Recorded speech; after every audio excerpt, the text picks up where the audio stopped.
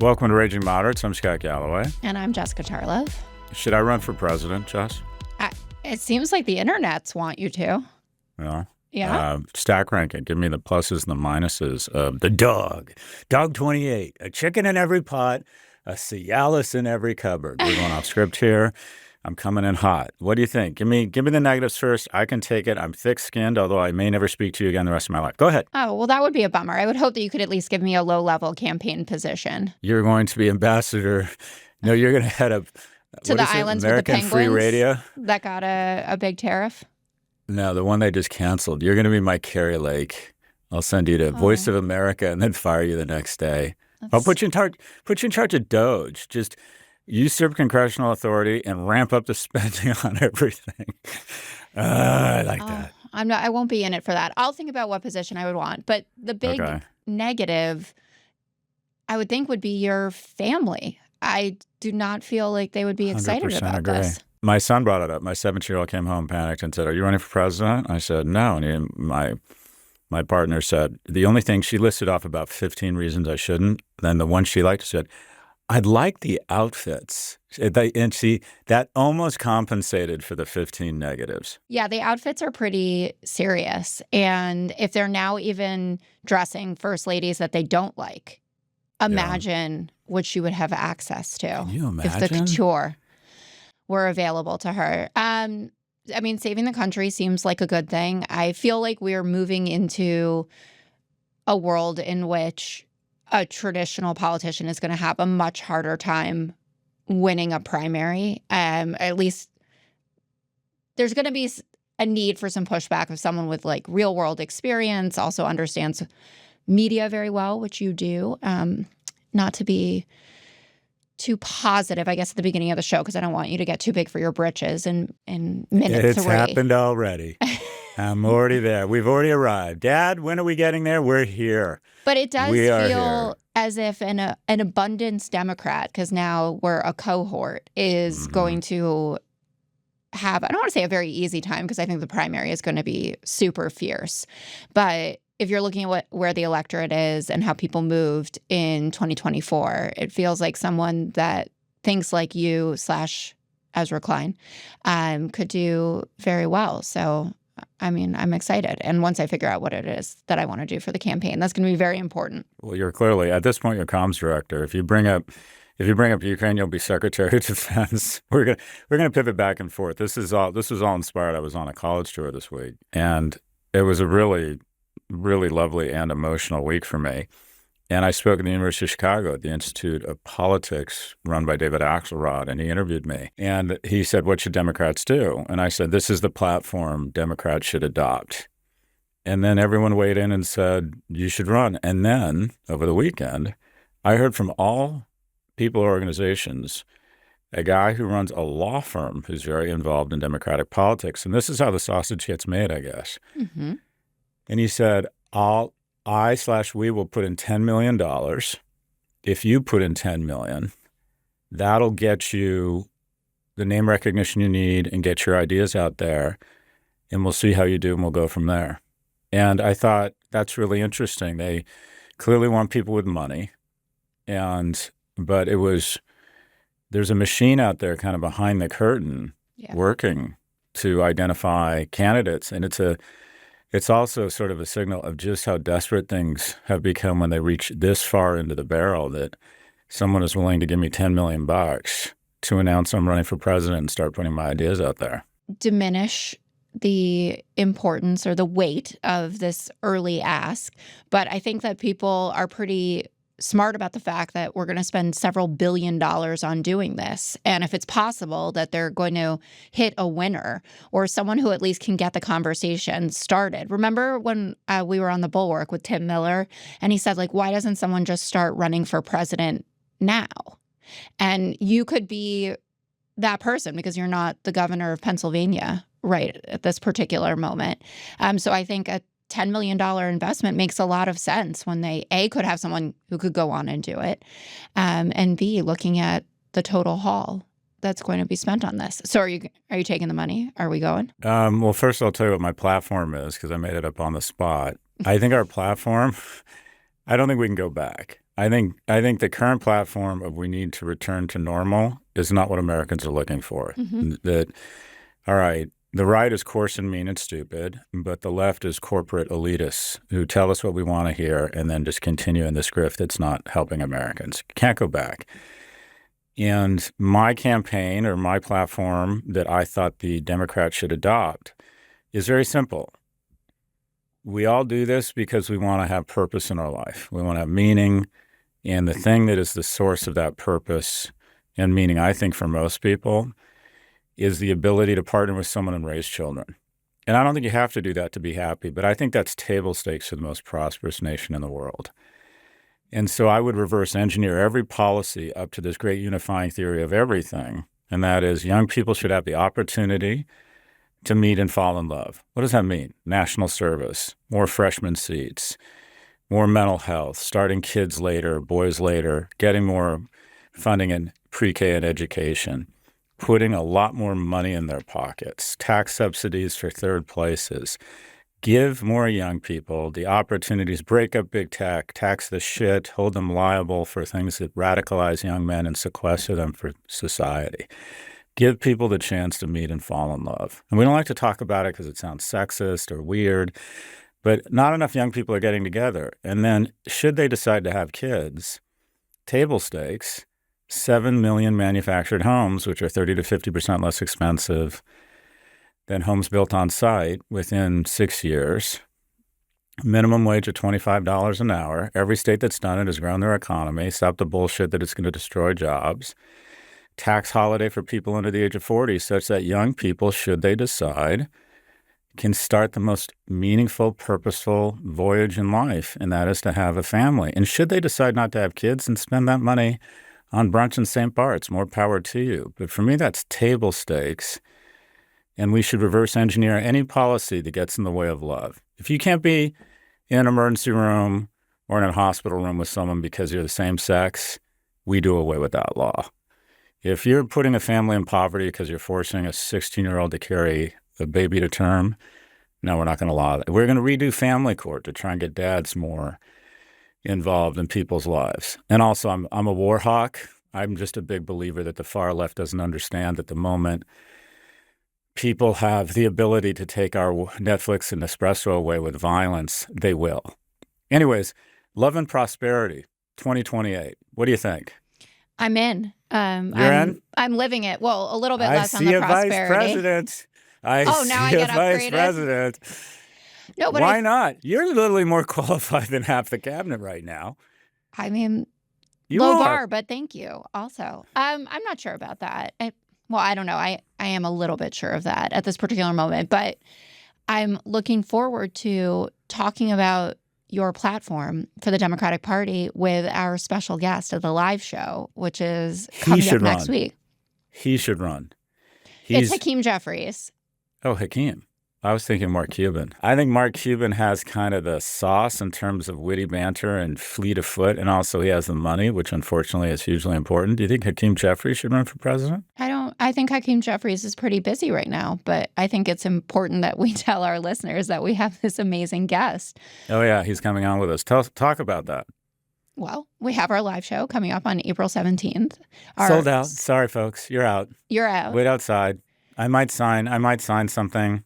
I might say hi on the way out as I dash into my Suburban. Is that like a thing that people do at the Y? They wait to sign autographs? I'm expecting a Suburban with one of the Kardashian sisters waiting inside adoringly for me.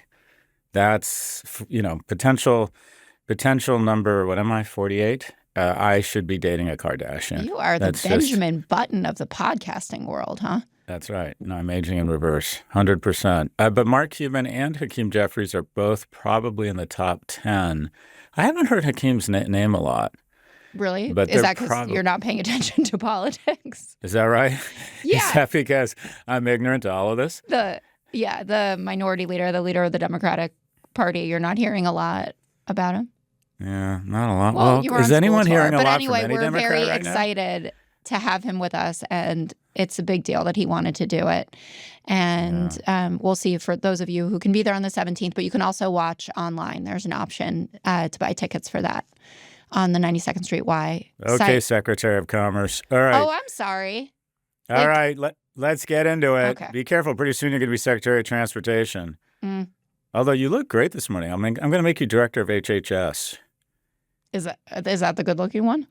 Well, you got to think someone who's in good shape and looks good would be better than some anti-vax weirdo. I mean, sure, but HHS. RFK Jr. is like not hot to me anymore. Like post kids dying of measles, I'm like, it's overriding my attraction to him. I mean, he looks great for his age. He's a good-looking guy. All right, let's get into it. Last week, President Trump shook global markets by announcing sweeping tariffs on nearly everything the U.S. imports. In a Rose Garden appearance, he imposed a 10% baseline tariff on all countries, and with much steeper rates for countries he called the worst offenders, including China, the EU, Japan, and South Korea, basically our largest trading partners, if not our strongest allies. China alone was hit with a 54% tariff and quickly responded with 34% of retaliatory tariffs. Markets tanked. The Dow posted its biggest back-to-back losses since March 2020, when the pandemic created obviously incredible uncertainty. So it's just important to note we are now have the same level of uncertainty about what's going to happen as when a global pandemic was killing, when they had to have makeshift refrigerator trucks as morgues outside of Langone here in New York. The S&P 500 entered bear market territory on Monday, and tech giants including Apple and NVIDIA were hit hard. On top of that, Jess, a separate 25% tariff on foreign-made cars also took effect Thursday. The Fed warns this could fuel inflation, and a Yale study estimates it'll cost the average U.S. household over $2,000 a year, with low-income families hit hardest. That's usually U.S. economic policy. And Congress is now pushing back with a bipartisan bill to limit the president's power to impose tariffs without approval.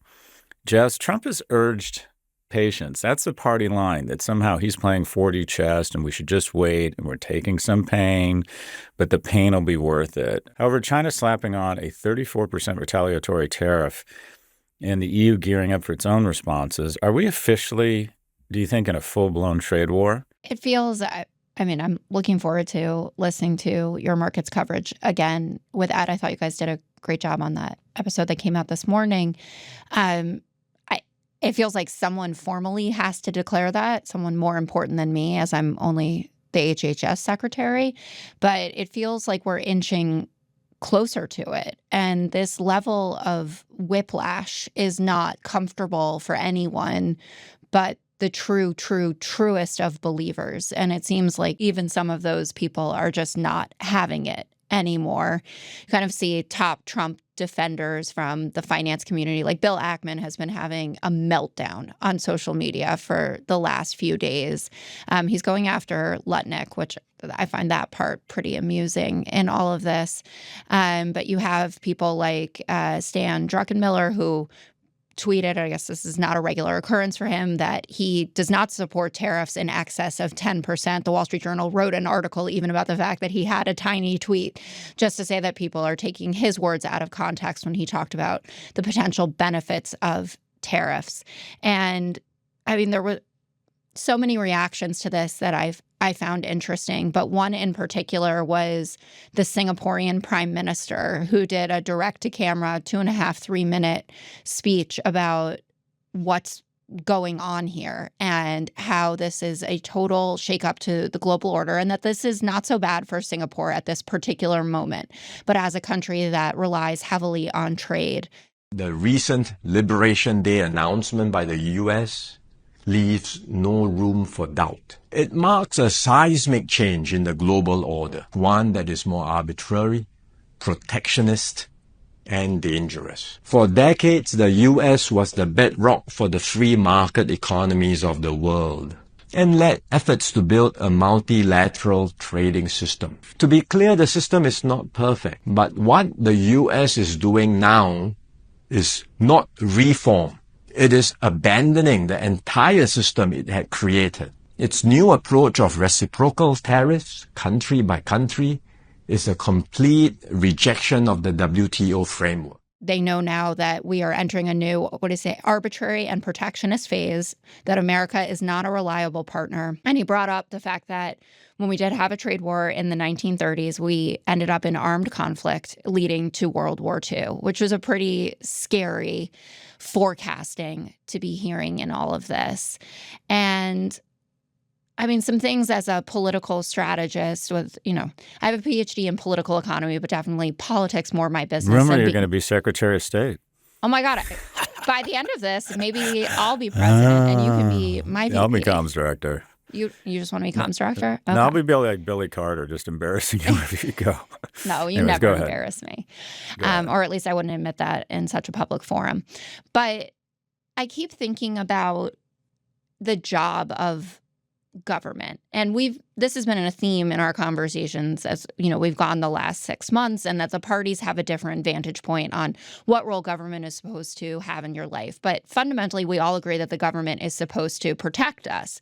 And Trump ran on that with the border, right? Saying Biden opened it up and Harris was even the border czar, and they did nothing about this policy. And millions of people got in here. Americans are dead as a result of undocumented people that came across the border during the Biden years, et cetera. And I'm looking at an administration that tells you to keep holding the line when 62% of Americans own stocks or mutual funds. This isn't a problem only for the top 10% or something. Scott Bessent gave a big interview to Tucker Carlson and was making this out to be a rich person's problem. He did the same thing on the Sunday shows. That is not true at all.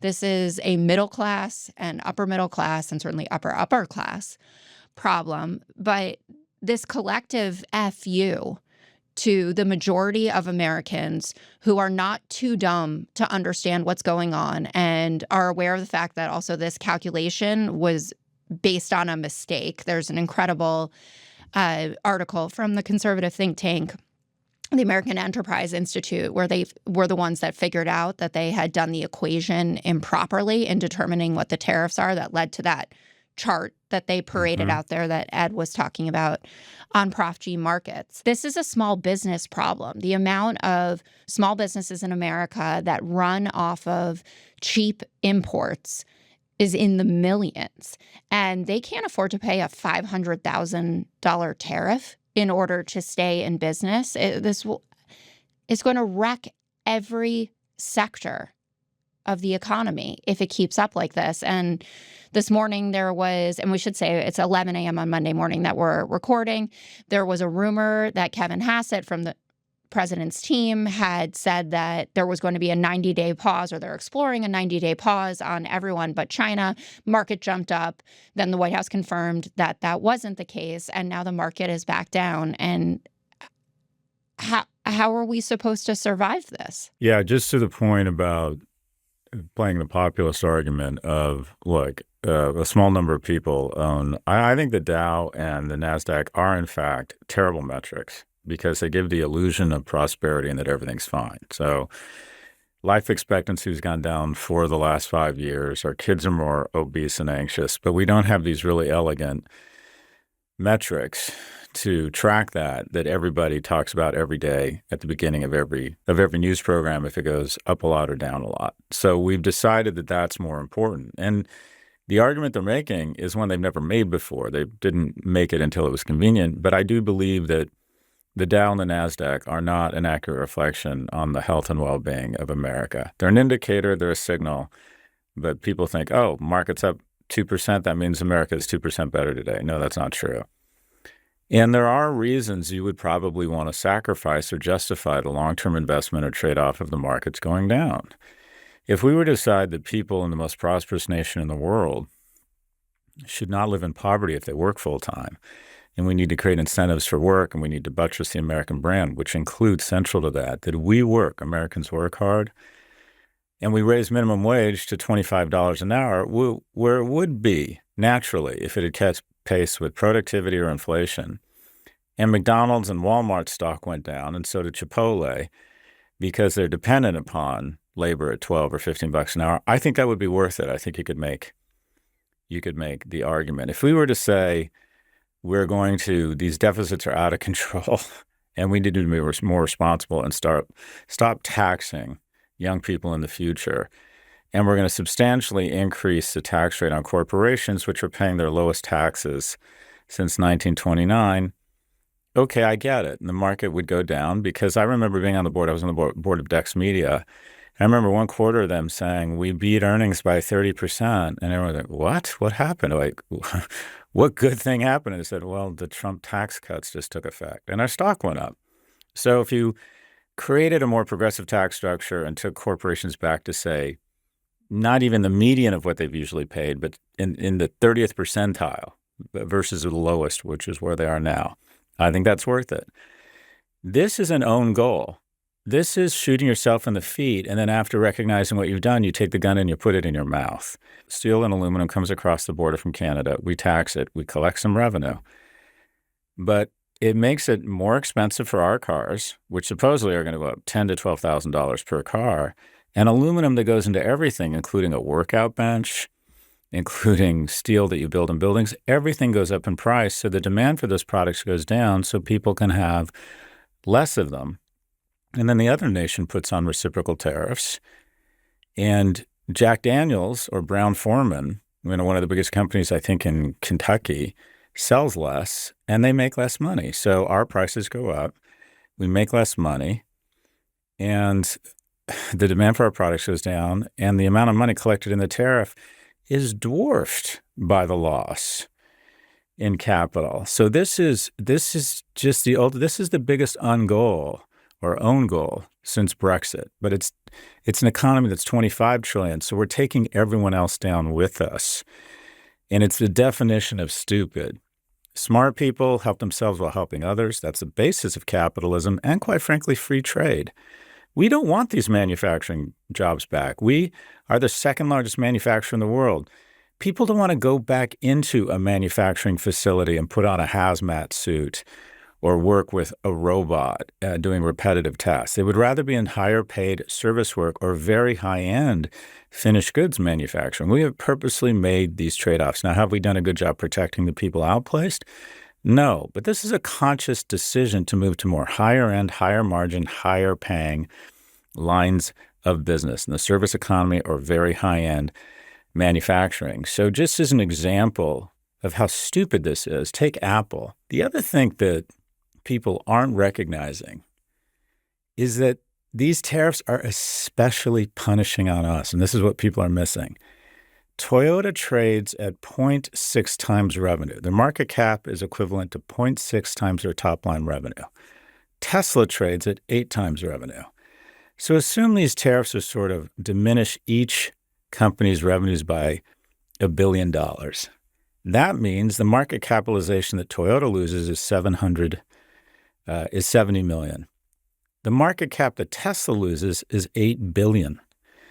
So just the general level of prosperity and wealth is massively decreased in America relative to other countries because when they bring in a Mercedes, it trades at 0.23 times revenues. When we export Meta or NVIDIA trades at 24 times revenues.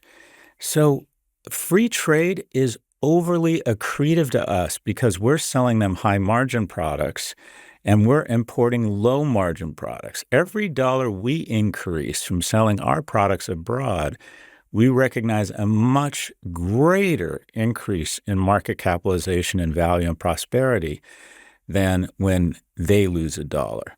This is the biggest own goal in history, maybe since we tightened the fiscal programs of 1929 and 30 and just made things worse. Your thoughts? I agree. It all sounds reasonable to me the way that you're putting it, and it just runs completely counter to what Trump is saying the quote-unquote goal of this, which is no more trade deficits, which is a complete impossibility.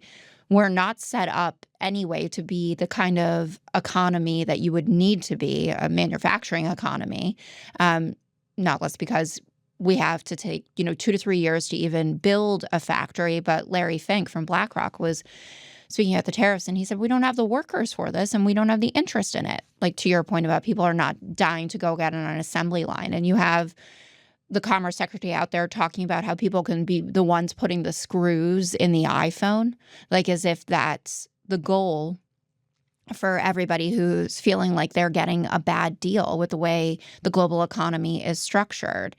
And I think, as usual, I don't want to say the fundamental problem, but at least a fundamental problem in what's going on with this tariff strategy implementation is that nobody who's speaking on behalf of the administration has the same story. So Lutnick's saying we want to reshore everything. Bessent wants more free trade deals. Navarro wants to burn it all down. Now Elon wants this robust free trade zone, right? An EU free trade zone. So which official has the actual policy? And, going back to the fact that it was all predicated on a mathematical error, and the economists whose paper is being cited in this have even now spoken out. Have an op-ed in the New York Times saying they completely missed the point, which doesn't surprise me at all about this administration and the kind of clown car that we have going on. But what is the policy? And if you were setting it, I'm curious as to what you would be doing about China, because I've been reading a lot, particularly in the FT, about how much China is pumping their products through other Asian countries, particularly Vietnam, and that's the way that they're going to try to get around any tariffing. Also looking even to Mexico. So they can kind of huff and puff, and President Xi can say, we're going to have a retaliatory tariff to 34%. But if China is the big dog problem in all of this for the U.S., how can they address that problem in particular? Get this, Jess. 77% of toys imported into the U.S. are imported from China. As a result of the new tariffs, toy prices could jump as much as 50%. Think about this. 4/5 of America is going to have half as many toys under the Christmas tree. That's what this president means. Half as many toys. You know that your kids are going to notice that? Half as many toys for 90% of the families under the Christmas tree this holiday. The clowns of the Trump administration, or Peter Navarro, will say, well, actually, the company that we are exporting from, that is sending their products into the U.S., will absorb those costs. That would make them a monopsonist, meaning that they have so much power that essentially they've been able to dictate prices to this point, and they can easily take the price down and still make a lot of profits. If that were in fact the case, they would have already done it. They would have already raised their prices and captured that additional revenue. They will basically not have as much demand. They will not lower their prices because they can't. They have to make a profit.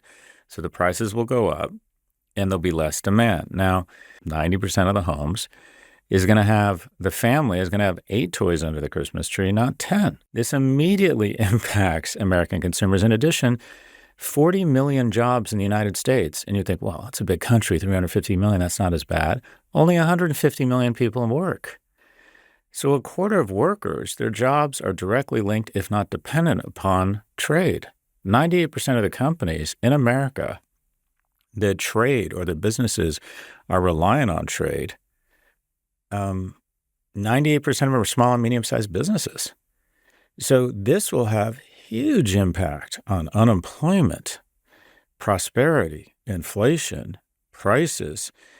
And this leads me to one place. And I realize I'm going to sound a little bit Laura Loomer-ish, but just free your mind. And that is, if somehow we had elected Putin as president and Xi as vice president, and they said, okay, what do we need to do with America to help us? We need them out of Ukraine. We need to fragment the alliances between the largest economies in the world that believe in democracies and pushing back on autocrats. We need to thrust every large economy and trading partner into the arms of China, of me, Mr. Xi.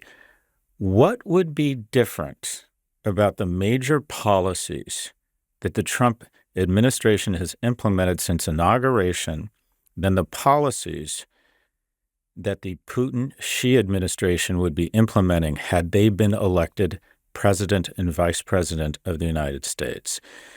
And effectively, I believe, and I'm paranoid, it doesn't mean I'm wrong, but he either has such weird acolytes and a cultish group around him that have bought into this cult of Trump and he is really, really stupid, or they have taken advantage, Putin and Xi, of this ultimate grift, the Trump coin, where they essentially opened a Swiss banking account that people can put money in, and it's not disclosed, and have called Trump and said, hey, I need you to figure out a way to get out of Ukraine. I've lost 800,000 people. It's draining my military. It's weakening me. And Xi to say, I'd love for Japan and South Korea to get over their differences with us and start trading with us. What would be different about America if it had been the Putin-Xi ticket than the Trump-Vance ticket? It's just, I mean, we don't like to say that because we don't want to be the Pizzagate guys. There is more legitimacy to the conspiracy I am outlining than any conspiracy they have put forward. What would they do differently had they been elected president and vice president? Your thoughts? Well, I think that you're touching on something that has become kind of omnipresent, I guess, in Democratic circles or in buyer's remorse circles as well about President Trump, which is the number of people, including first and foremost Hillary Clinton, who was on record essentially calling every single thing that was going to happen through the first and beginnings of the second administration, save for the Abraham Accords, which I do think are a bright shining light in this. And I'm not sure that President Xi and Vladimir Putin would have been as into that as Trump administration 1.0. But you see like the video circulating now of Mitt Romney calling it, saying we're going to have a recession. Kamala Harris calling it, saying we're going to have a recession. They were predicting by the summer, I think Kamala said. So this could come a little early. I think Goldman has it up to, what, a 60% chance. And if the tariffs, the April 9th tariffs go through in full, they'll say it's immediately up to the 100% likelihood of a recession. So I think your point is well taken, but it gets to this larger issue of how do you say that without seeming like someone who needs to be wearing a tinfoil hat? Because we've gone through this before. People have been Chicken Little screaming for years about, he's a Russian agent. He's not on the side of America. He's on, the side of the most terrible authoritarians that are out there. And the American electorate rejected that argument at the ballot box. And so now we are stuck with this mess, and also in finding a way to articulate a cogent counter argument to it. And I already mentioned a few minutes ago that I was listening to Scott Bessent on with Tucker Carlson. What do people say? Like, I listened so you don't have to. But it was actually, a pretty thoughtful conversation. But I was stuck on, the number of times that Bessent says we're heading for financial calamity because of our debt. And that's something that you say the same, right? He's talking about wealth inequality. He sounds like an economic populist. He sounds like Bernie Sanders or Donald Trump. And then the problem is that their solution does nothing to get us out of that jam. Talking about lowering the corporate tax rate, benefits accruing to the richest people, cuts to food stamps are part of their policy, $880 billion in cuts to Medicaid. And society will not be better off. It will not be more balanced. It will not be freer or fairer under the Republican legislation that they're trying to get through, the big reconciliation bill, or frankly, under their leadership. And, you're seeing, because it has to do with money, and money brings Republicans out of hiding, you're seeing this pushback on whether Trump even has the right to do this in the first place. So there are 7 Republicans in the Senate that are signing on to this bill, which is a bipartisan co-sponsored bill, to limit his tariff ability. But I was watching Rand Paul on the floor give this speech, as a completely historical speech, looking back, saying this is why we left. There is no taxation without representation. The Constitution is clear that the president cannot do this, and the power to tariff goes through Congress. Ted Cruz has said something similar. James Lankford was on TV last night, very conservative senator, talking about it as well, that this is going to be an issue for the courts. There's going to be a House bill. Congressman Don Bacon, who's a Republican, is bringing that up on the House. Obviously, all the Dems are going to sign on. I don't know how many Republicans will feel the same, but he's told us who he is more times than I can count. This is someone who gets to the Supreme Court, which ends up granting him a level of immunity that you never expected. But this is someone who wants the ability to shoot someone on Fifth Avenue and for nobody to care and for there to be no penalties about it. And I feel borderline despondent about this, not only because of the economic consequences of it, but this feels like a constant affirmation of the fact that this man has no limits and that society may not be structured in such a way that we can push back effectively and make a real change. So a couple of things there. Let's talk about the deficit. We're a family, if we're a household, we make $50,000 a year, we spend $70,000, and we have debt of $320,000. And unfortunately, this debt, our kids will get it. Our kids may not want it, but they'll get it. So mom and dad are going to Cancun and doing tequila shots, and they have this amazing credit card, and they keep getting more and more offers because they've always paid their debts, and they continue to live above their means. There is a really solid argument that we need to get our fiscal house in order.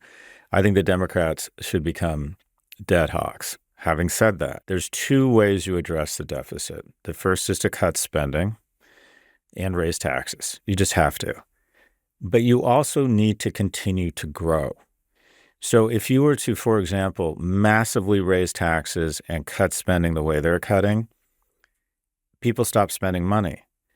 And we're not going to solve the deficit if we shrink the top line.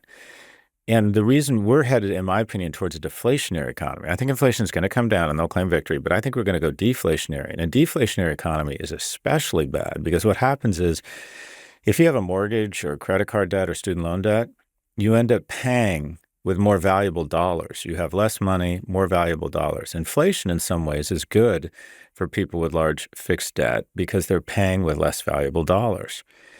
So you can't put the economy into a coma. If you were to cut Social Security, or I don't want to cut it, I want to means test it. I want to move the age limit up. It's now 3 people for everyone supporting someone on Social Security. It used to be 12 to 1. It's absolutely the thing we don't talk about on Social Security. It's a regressive tax.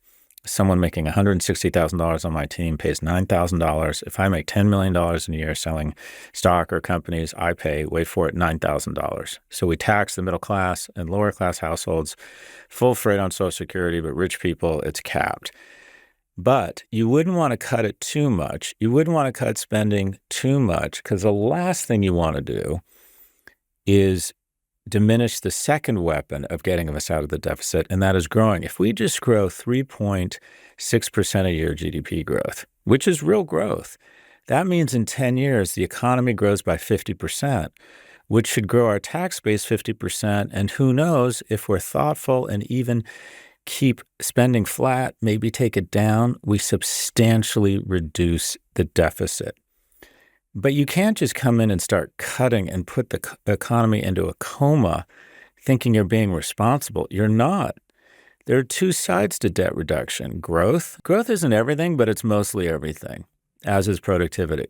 You have to have both. So attempting to, quote unquote, do this, but use it as an excuse to put the economy in a coma, that is cutting off your nose to spite your face. It absolutely makes no sense. The other thing we should just keep in mind here is that, and this is the reason why I believe that U.S. stocks are going to vastly underperform the rest of the world, is that there's two components to a stock price. There's the earnings that represents the underlying innovation, culture, industry they're in of a company, right? The profits. And then the stock is a function of the profits times the earnings multiple. The earnings multiple on the S&P 500, all 500 of our best companies, is around 28 until Wednesday. Now it's about 26.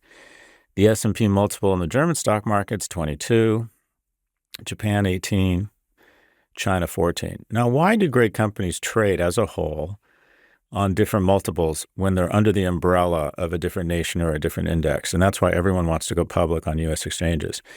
It's because we have certain attributes and features that people and investors all over the world really like. America is more risk aggressive. It has more risk capital. It has great universities, it has great IP. It's really flexible. It's agile. And it has rule of law.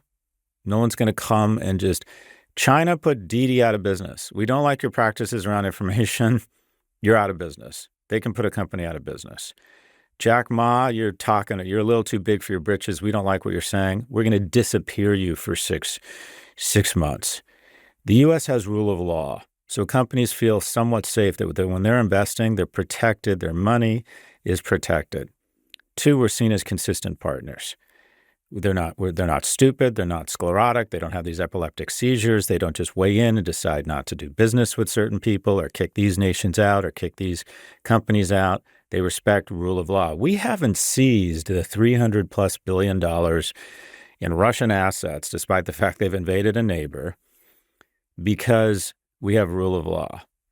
Because we no longer in the last 2 months have those associations with the American brand of rule of law and consistency, I believe you're going to see a re-rating of the price-earnings multiple on the S&P down from 28 to more like what China's at 14. And this is what that means and why it's so important to investors. You can't outrun multiple contraction. If the multiple on U.S. stocks gets cut in half, which it very well could, and it's happened before, all of these nations had traded at higher multiples than the U.S. before, then a company like Meta, a company like P&G could grow its earnings 18% a year, which is incredible. And in 5 years, its stock would still be down. In Latin America, it didn't matter how good your company was. The flows of capital out of Latin America because of different policies, inconsistent governments, unreliability, lack of rule of law, have taken their multiple consistently down for the last 10 or 20 years, and no one's made any money. So the multiple contraction we're about to endure in U.S. stocks because of the puncturing, because of the exit of this notion of this brand America that includes rule of law and consistency, is going to result in a massive contraction in market capitalization in the U.S., which will trickle down to U.S. households, prosperity, tax revenue. This is, you never like to predict a recession because people like me have predicted 9 of the last 3 recessions.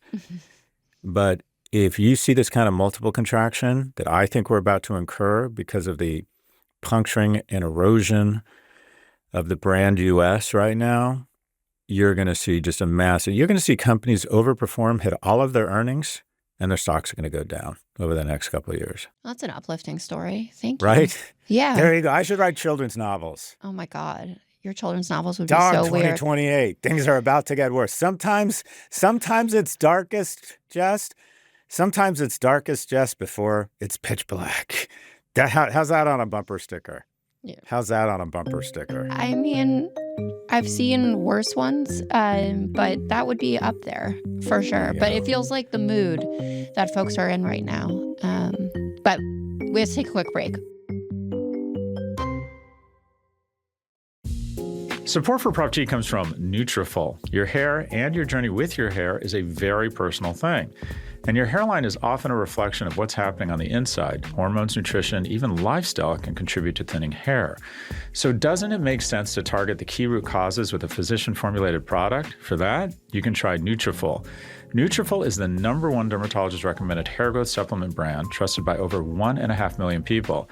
You can see thicker, stronger, faster-growing hair with less shedding in just 3 to 6 months with Nutrafol. That's because Nutrafol supports healthy hair growth from within by targeting key root causes of thinning: stress, hormones, aging, nutrition, lifestyle, and metabolism through whole body health. Start your hair growth journey with Nutrafol. For a limited time, Nutrafol is offering our listeners $10 off your first month subscription and free shipping when you go to Nutrafol.com and enter the promo code Prof G. Find out why over 4,500 healthcare professionals and stylists recommend Nutrafol for healthier hair. Nutrafol.com, spelled Nutrafol.com, promo code Prof G. That's Nutrafol.com, promo code Prof G.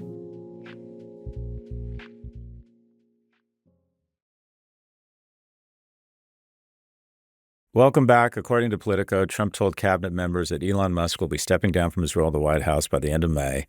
Musk had been working under a special government employee designation. It's called the mail abandonment designation. Anyways, which limits him to 130 days per year, and that clock runs out soon. But the possible exit comes at a very tense moment. Musk's DOGE team, the Department of Government Efficiency, has been pushing aggressive federal budget cuts, and his unpredictable behavior, especially on X, has reportedly frustrated cabinet officials. Critics say his entire billionaire mindset clashes with the realities of governing, especially after a major GOP loss in the Wisconsin Supreme Court race, a race Musk spent over $23 million trying to win. The news follows a new Marquette poll showing just 41% approve of his work in government, with 58% disapproving. And while Trump publicly praised Musk early on, some insiders say he may now be using him as a scapegoat for recent political missteps. Meanwhile, Tesla is also feeling the heat, with Q1 sales down 13%, raising questions about whether Musk's political ambitions are hurting his business. Jess, what do you think? Do you think DOGE is coming to an end? Do you think Elon's leaving? I think those are two separate questions. So I think Elon is leaving, and, he talked about being a special government employee, which has this 130-day limit on it, in his interview with some of the Dogettes with Brett Baer a couple weeks ago. So that was the expectation, but it couldn't come at a better time for how tense things are in D.C. between Musk and the other cabinet secretaries who are trying to do their job, or at least trying to do their job less bad. And Musk keeps getting in the way of it, because every time that he makes a cut from somewhere that has to be reinstated, that's something that these cabinet secretaries need to deal with. And there's been public reporting about pushbacks in meetings and complaints. Secretary Rubio and Secretary Duffy in particular have been very frustrated by Musk's outsized role in this, and apparently Trump himself. And, you could see that something was changing by the content of Musk's tweets.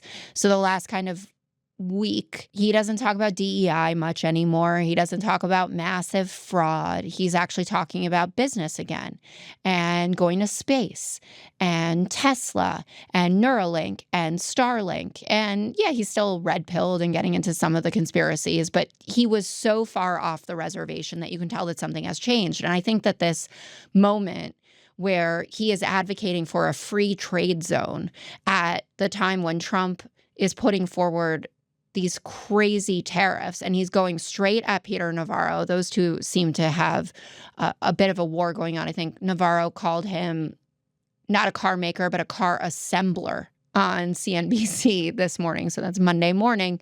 You know that there was massive trouble in paradise. And I don't know if you caught it because you were on school tour last week, which was way more important than this, but Musk joined the five, and I got to ask him a question.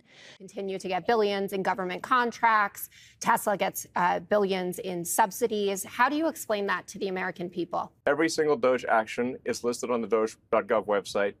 It's also listed on the X handle. So if anyone has a concern about any one of those actions, they can bring that up. They can raise that. And I do want to say, sometimes we make a mistake. Nobody bats 1,000. We will at times make a mistake, but we'll act very quickly to correct it. Last Tuesday, the day of the Wisconsin Supreme Court race, which he spent more than anybody else, dwarfing George Soros, who loves to buy off elections. Musk spent $23 million, it was, versus Soros spent $2 million, I think.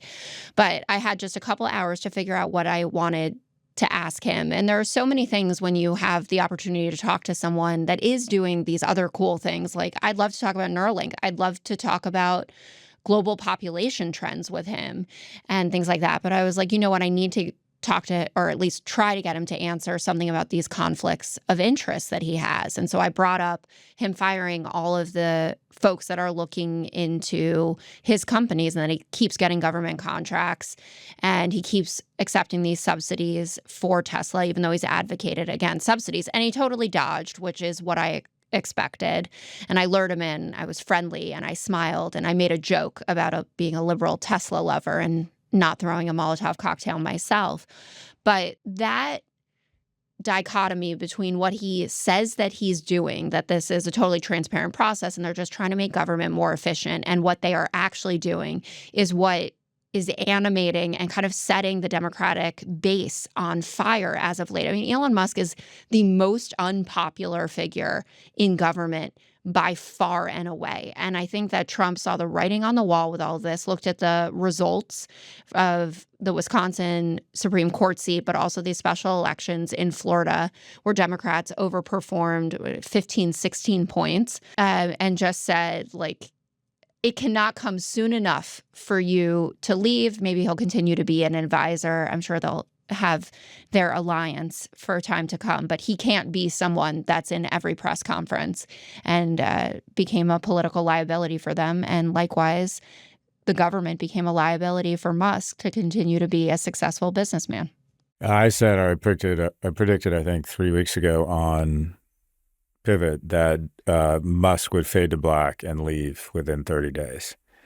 And the reason why is, if you want to understand anything, or you want to understand behavior across big tech, and for the most part across almost every individual in America, just reverse engineer to what decisions, what motivations would give them more money. America used to be about your character, your partner, your reputation indicated a decent amount of what your life was like. Now, you can have none of those things. And if you have money, you can have an amazing life. And you can have all of those things. And if you don't have a lot of money, you can have almost none of the prosperity. So all incentives are do whatever you can to make a lot of money. And when I think it was the province of Alberta announced that they were canceling their SpaceX contract for Starlink, I'm like, that's it. He's out. All he cares about is money. He's not trying to help America. He's trying to remove inspectors so he can get his autonomous out there faster. He's trying to remove any sort of oversight around merging X and XAI and data privacy. He's all about it. He hates subsidies after he's taken, after he's taken 15 to 50 billion. These guys are all about money. And there's a few lessons in here. The Democrats need to move away from identity politics. There's a very loud minority of people who see at Ivy League universities and in the media and cultural elites who see everything through the lens of prosperity, who see everything through the lens of race. America, the people who decide the president, see everything through the lens of money. Who's going to put the most money in my pocket? Yeah, I'll give some lip service to women's rights. I'll give some lip service to Ukraine, but for the most part, I'll vote for the criminal because I'm under the impression he's going to put more money in my pocket. So, and it's also the most dynamic issue. If you're one of those voters that just votes on bodily autonomy, you know which party you're going with. But the swing voters basically vote on the economy. And the economy is dynamic in the sense that sometimes Democrats get the benefit of the doubt around the economy. If anyone does any homework and realizes over the last 50 years, Democratic administrations have created 40 million jobs and Republican administrations have created 1 million. Or they say, this guy is not a failed businessman and reality TV game show host. He's actual businessman. And Biden and Harris were trying to tell us when we couldn't afford to put food on the table that everything's great, not to worry about it. They went Republican, but it's about the economy. And this is what is so disappointing in my view. Even though I know this is happening, but it shocks me when it happens. What have we had in the last couple months? We've had a reversal in the global order. We've said we used to use our massive tax base and military to support democracies and nations that believe in civil rights, women's rights, trying to do the right thing. We've torn it up and said, you know what? Let's pretend that Russia won the Cold War. Let's not support democratic allies. Let's support murderous autocrats. Let's create an environment where we have judges where if a woman is bleeding out or dying from sepsis in an emergency room parking lot because doctors are so scared to treat her pregnancy gone wrong, let's create that environment. Let's decide that a woman who is a conspiracy theory fucking loon, Laura Loomer, that she gets to fire General Hawk, who is arguably one of the brightest generals, government men in the world who's responsible for intercepting signals and making sure our troops are safe overseas. Let's hire a group of people that are so incompetent that they're sharing attack plans on an unsecure phone, on an app, and then start calling the reporter they invited in a loser. Let's do everything we can to tear up 90-year alliances. Let's start picking up people with the wrong tattoo, shipping them to Salvadorian prisons, not even where they're from, and then claim we can't get them back, when that's just a bald-faced lie. One call, they could get this person back. All of these things in my mind are well ahead. I lost several $1 million on Thursday and Friday, which is the bad news. The good news is if you lose several $1 million, it means you're already wealthy and you're doing just fine. And I'm doing just fine. I was much less triggered by the markets than I have been about these other things. And so if it took the markets going down 10% to convince you that this ass clown was the wrong person to be overseeing the greatest experiment in history, you still have your head up your ass. I was kind of like, this is what it took to get people upset? All of a sudden, the tech bros, the most powerful people in the world, are decided they need to go down to Mar-a-Lago. Okay, when a 14-year-old girl in Mississippi has to carry a baby to term after being raped, okay, that's bad. But when my stock goes down, I'm on a plane. So what I know, but it always disappoints me, is the following. Look what money has done to us. We forgive a guy and idolize a guy that's being sued concurrently by two women for abandonment, for not seeing his kids. I mean, look what money has done to us. And the thing we get outraged about, the thing that is the call to arms, is the markets go down fucking 10%. This is number 15 on the reasons why we elect our leaders. So I actually found this week, it didn't trigger me at all. I was on the college tour. I was emotional for a lot of reasons. I didn't care. Whether I'm worth X million or, whatever, 0.95X, it doesn't fucking make any difference. What makes a difference is your kids growing up in a nation that's no longer America, where, their friends who aren't them, who aren't in the top 1%, don't have the same rights we had, don't have a shot at getting out of the bottom 90. So I find what's happened in the last week disappointing because not disappointing because Trump makes a stupid decision. He's been making them. I actually am disappointed that this is what it took to get people into the streets of America. That, okay, the war on poor women, well, okay, that's too bad. But, what's profound is if the NASDAQ goes down. Your thoughts? Depressing, but expected. And that has been the lesson of the last few cycles. And to your point about wanting to get away from identity politics, this is the game that we have to play. And that the most compelling stories are going to be the ones that are rooted in the oligarch class taking something away from people with a lot less. And that does come down to Social Security payments. That's been resonating. That's money. How do you put food on your table, right? Your Medicaid, that's money that you need to spend on your healthcare, and they want to come for that. And I do think that the Democrats are getting hip to the fact that those are the types of arguments that are going to resonate and that they're the most powerful motivators. And I still feel like heart's in the right place, of course, to want to amplify those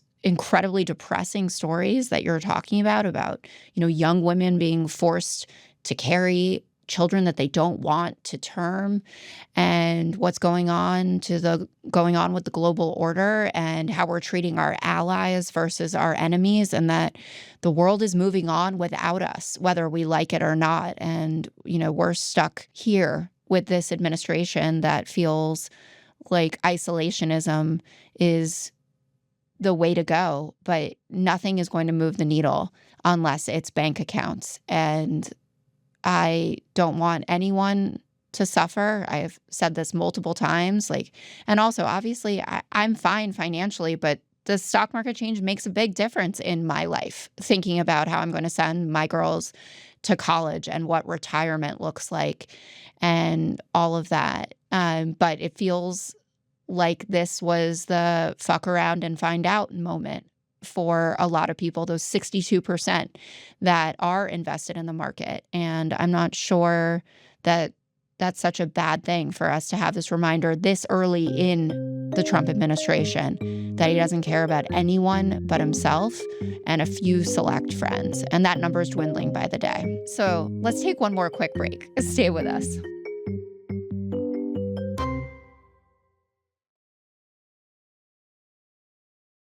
Welcome back. Before we go, we wanted to briefly touch on the record-breaking speech from Senator Cory Booker last week. He spoke on the Senate floor for over 25 hours straight, the longest speech in congressional history, urging lawmakers to reconsider proposed GOP cuts to Social Security. He called on Democrats to unify and fight harder, even as the party continues to debate how aggressively to take on Trump's policies.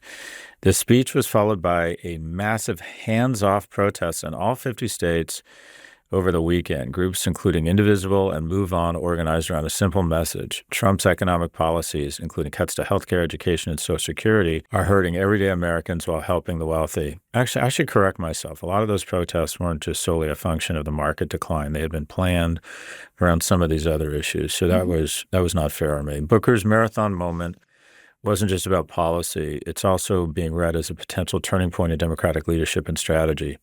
Jess, what are your thoughts on Booker's Senate floor diatribe speech marathon? We have a pulse. I feel a little alive in terms of being a strong opposition force. And there are going to be detractors. And I work with a lot of them who were calling him Spartacus and mocking the whole scene of it all, but it animated people. And he made a lot of points that I think are really important to take stock of, that, we're in a moral moment in American history, and our coalition does not look like it used to. Well, also, we used to win, and now we don't win as much, so that's part of it. But he said, I'm standing here because of a national crisis that's growing. We talked about Social Security. We talked about healthcare. We talked about education. This is a crisis for us. And you've taken responsibility for going too hard about the market, because those are things that are causing people to show up at town halls, that are causing millions to go to these hands-off protests. I saw that the Google searches for the protests this weekend rivaled the Women's March in 2017, which I remember and participated in the New York one. So I feel like we have a pulse in all of this, and Musk has been the linchpin, I think, and it's the money component of Musk that he continues profiting off of us while trying to fire us and steal from us. But Musk was a huge gift. And something that I wanted to ask you about that occurred to me. Do you think, actually, now looking at what's happened in the few weeks since the continuing resolution passed, that actually Chuck Schumer was right to make sure that we keep the government open? Because now the Republicans own absolutely everything that's going on. There's no way to blame a Democrat, right, for any of the cuts that are happening, for what's happening in the market. Like, you pick your pet issue, and we are nowhere near any position of power. And I'm feeling a little bit wrong that I was so hard on Schumer, because I think it is a good thing that we can just point squarely to Mike Johnson, Donald Trump, Senator Thune, and say, Musk, you did this. So I love what the military does whenever they have an operation. So the best performing organization in history is the U.S. military. And a lot of corporations take their cues from military procedures and best practices because they're so good at what they do. And one of their best practices is that they review every combat operation. What went right, what went wrong, how can we improve the culture, the chain of command, the weapons, the intelligence, such that we iterate to become a more lethal force moving forward.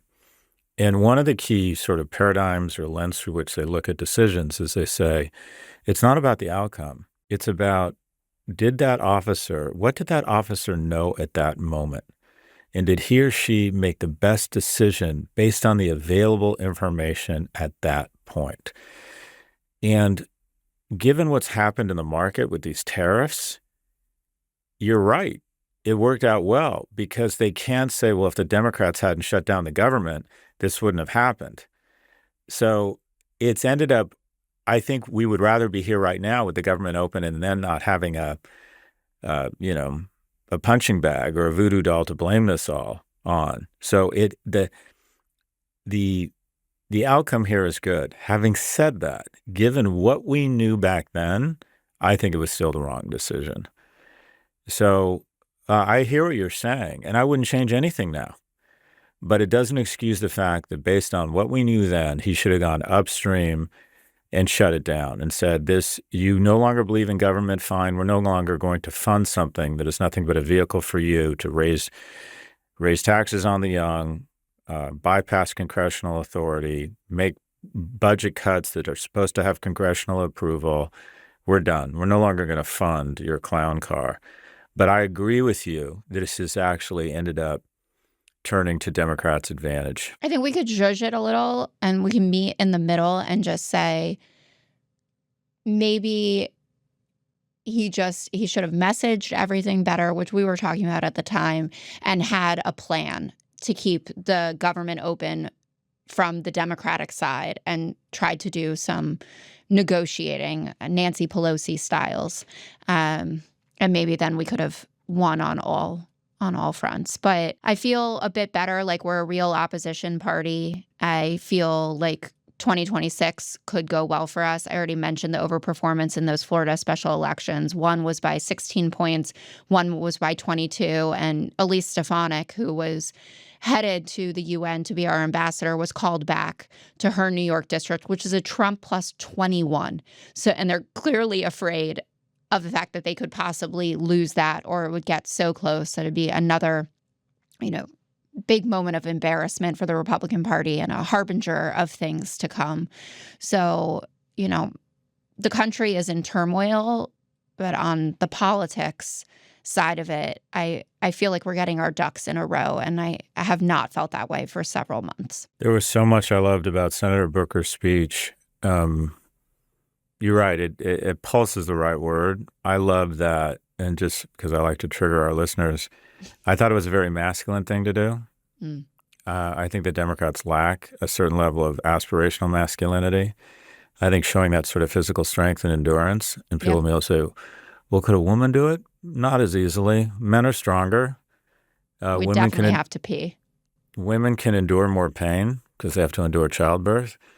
Notice how my politically correct instincts moved in, and I had to say something nice about. If you say something not nice about, or if you say something nice about women, you don't feel a need to compensate with saying something nice about men, but we need to say something nice about women. But anyways, I think the Democratic Party is lacking aspirational masculinity, and demonstrating that sort of strength and endurance demonstrates some of that masculine energy, which I think we're desperate for. So hats off to you, Senator Booker. It also convinces me that he's going to get married or engaged in the next 2 years, because these guys realize, it's like, who is that? Who is the senator? Is he a senator? Tim Scott? Yeah, who was making a run for VP, so decided to get engaged in the middle of his run for VP. Yeah. These guys, they've all figured out you can't be president as a single man. Although that would be a good rap. What do? I'm president. Hey, you want to go back and watch some TV? That would be a good rap, right? Well, but nothing better than the American president. Oh, he was a widower. That was such a fantasy. A nice Democrat who's single. That was so ridiculous. It's the best. And Annette Bening, God, she's hot. Yeah. She's Andrew really Shepard, hot. though, I think he usually is the top for fictional presidents on all of those lists. And then she was great in yeah, she was. Bugsy. I mean, she's great in everything. And she makes that haircut so hot, like the little pixie cut. Yeah, I hadn't thought about that. She was in one of my favorite movies, which is how I would describe almost every tech bro right now. Did you ever see Grifters? The Grifters with Angela. Oh gosh, what's her name? Am I saying the movie right? The woman who was dating John Cusack, Annette Bening. It's a fantastic film, and the woman Angela Houston. That's her name. That is a fantastic film. Well, I need something to watch because I saw the White Lotus finale and I am not pleased. Don't say we shouldn't anything. talk about no spoil. You don't know? You're the star of White Lotus? You don't know what happened? Well, I'm glad you recognize I've carried this season. It's pretty obvious. It's pretty obvious. No, but I think Cory Booker basically is now one of the top 3 or 4 contenders for the Democratic nomination for president. All of these guys want to be president. Yeah. And mostly you. So one, I'm probably the most recalcitrant. I'd have to give up edibles. I just don't think I could be near to be president. Look what's going on right now. I mean, Would he's I? sober, but edibles would be the least of your issues, I think. But it's a different standard. It's a different standard. I'd have to go so fucking crazy like him that nothing mattered. I love the idea of running. I just don't like the idea of actually being president. It's like the key to happiness is to be rich but anonymous. I'm going to fade into anonymity. Anyways, but my prediction here is that Cory Booker, in the next 24 months, as he makes a move towards announcing his presidency, is going to realize he needs to be married. So ladies, if you like the Senator Booker, he's looking right now. Because, marriage, as I coach young people, I'm really going off script. I'm like, it's not about meeting the one. There is no such thing as the one. It's about where you are and where they are at that point in their lives. But he's at that point because he realizes that he actually has a shot at doing what he's wanted to do his whole life, be president, but he needs to be married. Anyway, it's kind of an odd prediction, but First I'm person to ever by it. say timing is everything, huh, Scott? That hurts. A chicken in every pot, a Cialis in every cupboard. All right, that's it. That's all for this episode. Thanks for listening to Raging Moderates. Our producers are David Toledo and Chinenye Onike. Our technical director is Drew Burrows. You can now find Raging Moderates on its own feed every Tuesday. That's right, its own feed. What a thrill. That means exclusive interviews, including the one with the person who will come in number 2 in Iowa, Mark Cuban. Exclusive interview with Mark Cuban with sharp political minds you won't hear anywhere else except every other fucking place in the world as they're all whores running for president. But yeah, just exclusively on Raging Moderates unless you got a mic and they'll speak there. This week, as we said, we'll be speaking with Mark Cuban. Make sure to follow us wherever you get your podcasts so you don't miss an episode.